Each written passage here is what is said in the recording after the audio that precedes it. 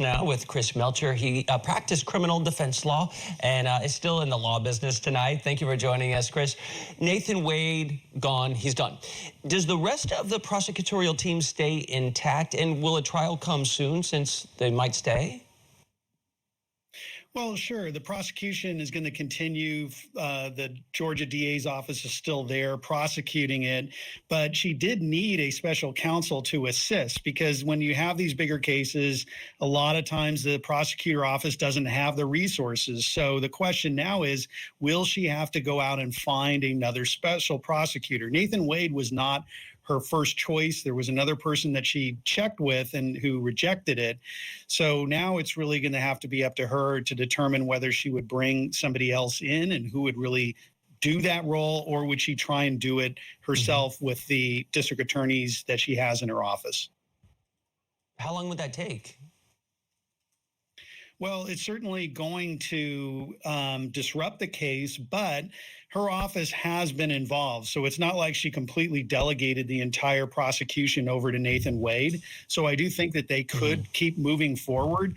But if a special prosecutor would be appointed, then obviously that person needs to get up to speed. And then there could be questions of that person's motivations and anything in their background that could be disqualifying. So, this is kind of yet to be seen how they're going to move forward from today.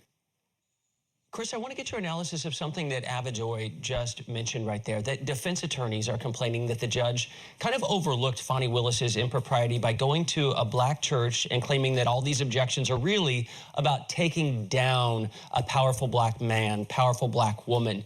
Was that proper? Well, the judge was critical about the comments that Fani Willis had made, and there are some ethical restrictions on what attorneys and prosecutors can say about a pending criminal case, and that's all for the protection of the accused. So the judge was highly critical of making these comments, because the defendants are entitled to a fair trial.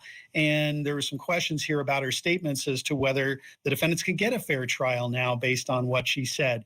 The judge said that he's open to a gag order. So if someone were to make a motion before Judge McAfee, it sounds like he's inclined to grant an order restricting speech by any of the attorneys regarding the case. There could also be a referral to the Georgia State Bar for disciplinary action based not only on the comments that were made, but also by having this intimate relationship with a subordinate during the case. So it seems like things can move forward. We don't exactly know who's going to head this up. If Donald Trump were your criminal defense client, what would your next tack be? Well, I think with Donald Trump, he wants to delay this, obviously, until the election is over, and this could very well do it. I think that the appeal that has been talked about is unlikely, because Judge McAfee is a very careful lawyer. I did read the 23-page decision and was impressed by it.